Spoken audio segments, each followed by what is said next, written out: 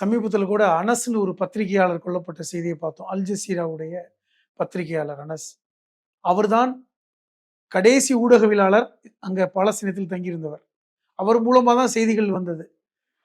அதுதான் செய்திகள் போட்டாங்க மலைநாடுகள்ல. பாலஸ்தீனத்தின் கடைசி குரலும் இன்னைக்கு அழிந்து போய்விட்டது, இறந்து போய்விட்டது என்று. ஆனா அந்த பத்திரிகையாளரை அவர் ஹமாஸுக்கு ஆதரவாளர் என்று முத்திரை குத்தி தான் நான் கொலை செய்தோம் அப்படின்னு சொன்னாங்க. அனஸ் மாதிரி கடந்த ஆண்டுகளில் 242 பத்திரிகையாளர்கள் கொல்லப்பட்டிருக்காங்க.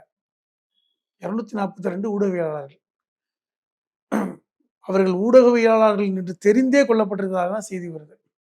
இது எதுக்கு சொல்றேன்னா, அங்க எந்த அளவுக்கு ஒரு மனித உரிமை மீறப்பட்டிருக்கிறது என்பதற்கு நம்ம பத்திரிகையாளர்கள் கொலையை தான் சாட்சியா சொல்ல முடியும். நீங்க போர்க்களத்துல கூட பத்திரிகையாளர்கள் போய் போட்டோ எடுத்துக்கிட்டு இருப்பான்.